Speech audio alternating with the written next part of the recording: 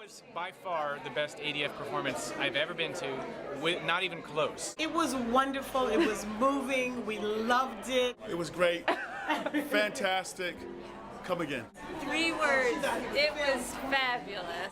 Let me first just say how proud I am as an African-American woman, choreographer, educator, that you stepped out on faith and you weren't afraid to tell the story.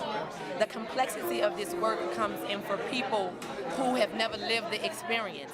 So for black folks to sit in the audience and laugh at Willis, Willis is like our little cousin Jeffrey. So we can laugh because we understand the experience. The people that don't understand it, that's when complexity comes in. And so it was very interesting to hear the young lady speak down below, because I don't know if she was half white, half black, or mixed, or whatever she was. I know she wasn't all white, right? For her to say she didn't understand it, but I understand if she didn't come from the hood, if she didn't come from the projects, if she lived in suburbia, it's not meant to be understood. But we don't owe nobody no explanations no more. So what I'm gonna tell you is to be encouraged and keep pushing, because I just got me an MP and Creation Fund grant, and I'm gonna be working on my one-woman show, and you just inspired me, girl. It's really embarrassing to say, but I never really get to relate to a black dancing or aesthetic. You know, I see work and I'm like, okay, I know the history behind it, I get it, but I don't really get it. But this time I really got it, and I really appreciate how she brought the deep messages in a really upbeat and accessible way. And I think she's a really, really good choreographer, and I really appreciate that. Powerful, stunning, provocative, and just so much heart and intelligence. Thank you. Camille, I think I was overwhelmed twice in 1 week. I think you have a special touch, and we just pray that you continue to do what you do. We love you. Thank you. I don't have words. What I can say at the end, I was just crying.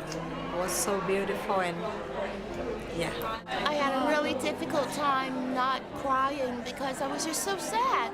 And I was wondering how you avoid the cynicism when you are performing. I mean, yes, it's funny, but it's just so sad. Camille, thank you so much for your courageous, beautiful, riveting work and performance. I always love to watch you dance, and thank you for all you offer to us on the stage and beyond. This piece reminded me of the documentary called Ethnic Notions. I've seen that, yes. Yeah, well, so then you know that it's fantastic in the way that it depicts the stereotypes, the historical stereotypes of African American men and women.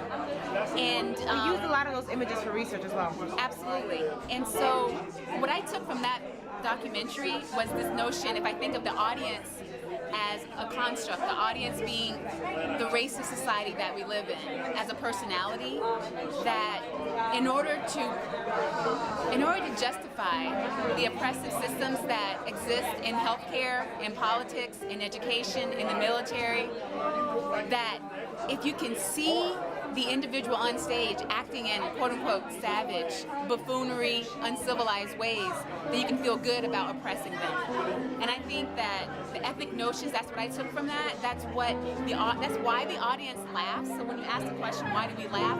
It's a psychological feel-good. See, you can say, see, I knew that you weren't really equal to me. See, I really knew you don't deserve that promotion. See, I think that it's some way to justify the inequities that exist, the oppressive systems that exist. So I think that's why we laugh. That's my thoughts on that. Thank you so much, Sharon.